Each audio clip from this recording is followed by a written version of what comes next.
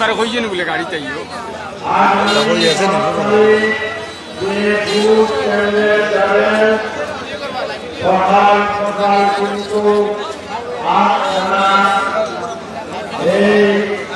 আসসালামু আলাইকুম। বক্তব্য রাখছেন আমাদের গোয়েন্দা যোদ্ধা কোম্পানিগঞ্জের ধানের শীষের প্রার্থী জনাব আরিফুল হক চৌধুরী। ইনশাআল্লাহ আপনারা ধানের শীষে ওনাকে ভোট দিয়ে এই অবহেলিত গোয়েন্দা যোদ্ধা কোম্পানিগঞ্জের করবেন। আমি আশাবাদী সকাল সকাল আমাদের মা বোন এবং আমাদের বৃদ্ধ আমাদের মুরব্বিয়ানদেরকে আগে আগে সেন্টারে নিয়ে ভোট কাজ করাবেন ইনশাআল্লাহ। আপনারা এটা করবেন তো ইনশাআল্লাহ দেখে কারা কারা দিয়ে করবেন ইনশাআল্লাহ ইনশাআল্লাহ আলহামদুলিল্লাহ ইনশাআল্লাহ ইনশাআল্লাহ। দেখেন আপনারা আজকে যারা অনেক ত্যাগ স্বীকার করে গোয়াইনঘাট উপজেলার বিভিন্ন ইউনিয়ন থেকে বিএনপি এবং তার আমাদের মধ্যে আমি শ্রদ্ধার সাথে স্মরণ করছি মরহুম দিলদার হোসেন সেলিমকে। উনি আমাদের মধ্যে নেই, আল্লাহ ওনাকে ব্যস্তের মেহমান বানান। আজ দিলদার হোসেন সেলিম ভাইয়ের অসম্পূর্ণ কাজগুলি আরিফ ভাইকে করার সুযোগ আল্লাহ যেন দান করেন।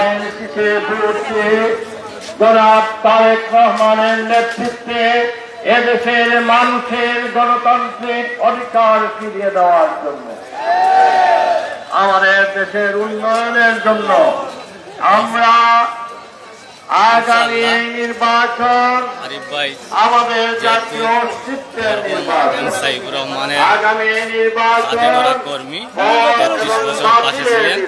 ইনশাআল্লাহ আমাদের গোয়েন্দা যোদ্ধা কোম্পানি পক্ষে না হকের পক্ষে, কারা কারা আমরা হকের পক্ষে, আল্লাহ কবুল করো আমিন। আমি এই আজকের মঞ্চে অনেক বিএনপি নেতৃবৃন্দ, জমিয়তের অনেক নেতৃবৃন্দ, আমাদের এই নির্বাচনে যিনি প্রতিদ্বন্দ্বিতা করতেছেন বদরুজ্জামান সেলিম সহ আমাদের এখানে অনেক নেতৃবৃন্দ আছেন যাদেরকে আমরা বক্তব্য দিতে পারি নাই। আমি এর জন্য আমি সবার পক্ষ থেকে তাদের কাছে ক্ষমা চেয়ে নিচ্ছি। এবার আসুন আমরা আপনারা আমাকে এখানে বেগম খালেদা জিয়া মৃত্যুর প্রায় 1.5 মাস আগে আমাকে ডেকে নিয়ে এই এলাকার ইনশাআল্লাহ মানুষের পাশে উনি দাঁড়াবেন।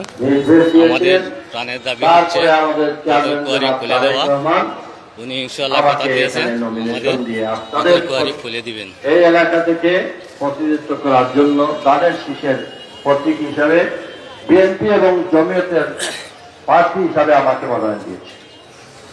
আমি প্রথমে মনে করেছিলাম এখানে গিয়ে আমি কি করবো, আমি একটু দ্বিধাগ্রস্তের মধ্যে ছিলাম। পরবর্তীতে আবার আমি চেয়ারম্যানের সঙ্গে দেখা করলাম, জনাব তারেক রহমানের সাথে।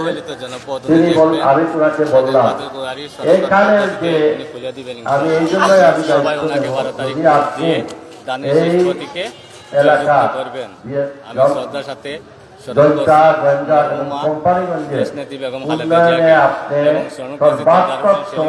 করেন, তাহলে আপনার উন্নয়ন করেছিলেন। কিন্তু সেলিম ভাই আমাদের মধ্যে বলে দিলেন আপনি যান, আমি কথা দিলাম আমি যেহেতু আপনাকে ওইখানে নমিনেশন দিয়েছি, আমি সিলেটের 4 আসনের আপনার চাহিদা মতো এই এলাকার উন্নয়নের সকল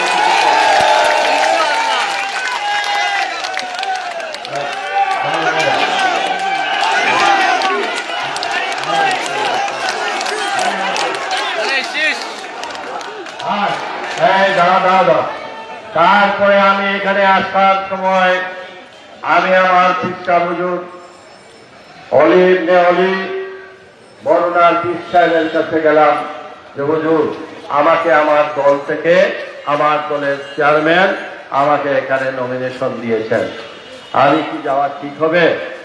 তখন তিনি আমাকে প্রত্যুত্তরে উত্তর দিলেন যে এই এলাকা জনতা গোয়েন্দার কোম্পানিগঞ্জ এই এলাকা হচ্ছে আলিমুল আমাদের এখানে আপনি যান, এখানে আপনি গেলে ইনশাআল্লাহ কাজ করতে পারবেন। এরা অত্যন্ত ভালো, আমি আপনার জন্য দোয়া করব। তাই আমি ওনার ইজাজত নিয়ে আমার মায়ের দোয়া নিয়ে আমি আসছি। আসার পরে আমি এই জনতা গোয়েন্দা কোম্পানিগঞ্জে আমি গান থেকে গান করে যখনই আমি গেলাম তখনই আমার মনটা ভেঙে যায়। কারণ আমি শুধু দেখি বাঁশের হাঁকল, এত হাঁকল আমাকে পাড়ি দিতে হয়েছে। আমার হায়াতেও এত হাঁকল কোথাও দেখি, তা আমার বাঁশের হাঁকল। কিভাবে আমাদের বাচ্চারা স্কুলে আসে যায়, কিভাবে আমাদের এই এলাকার মানুষজন চলাফেরা করে, এটা আমি ভাবতেও পারি না। এই এলাকা খনিজ সম্পদে ভরপুর। এই এলাকার পাথর দিয়ে সারা বাংলাদেশের রাস্তাঘাট পিছল। এই এলাকার গ্যাস দিয়ে সারা বাংলাদেশের ইন্ডাস্ট্রি চলে। এই এলাকার বালু, এই এলাকার সব কিছু দিয়ে সারা বাংলাদেশের উন্নয়ন হবে। আর এই এলাকার মানুষ দিনের পর দিন রাস্তা ছাড়া, কালভার ছাড়া, হসপিটাল ছাড়া, স্কুল ছাড়া, মাদ্রাসা ছাড়া, কলেজ ছাড়া এইভাবে দিনের পর দিন, বছরের পর বছর চলতে পারে না। আপনারা যদি আমাকে নির্বাচিত করে দেন, আল্লাহর হুকুম হয়, অবশ্যই বিএনপি সরকার গঠন করবে।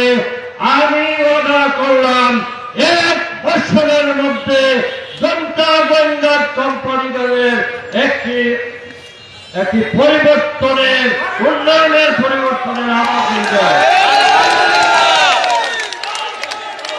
সনাতন পদ্ধতিতে পাথর কুয়ারি খোলা চাই।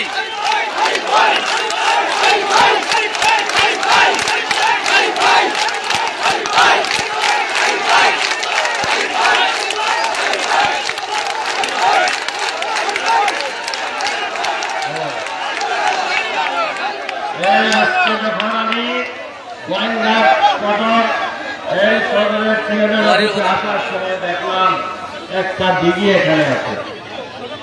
এই দিঘি দেখে আমি মনে মনে স্থির করেছি, আল্লাহ পাক যদি আমাকে নির্বাচিত করে, প্রথম ধাপে এইটাকে চতুর্দিকে ওয়াকওয়ে করে, লাইটিং করে, এটা জনগণের হাঁটার জন্য এই এলাকাকে আরো সুন্দর, বেশি রাস্তাঘাট থেকে আর একটু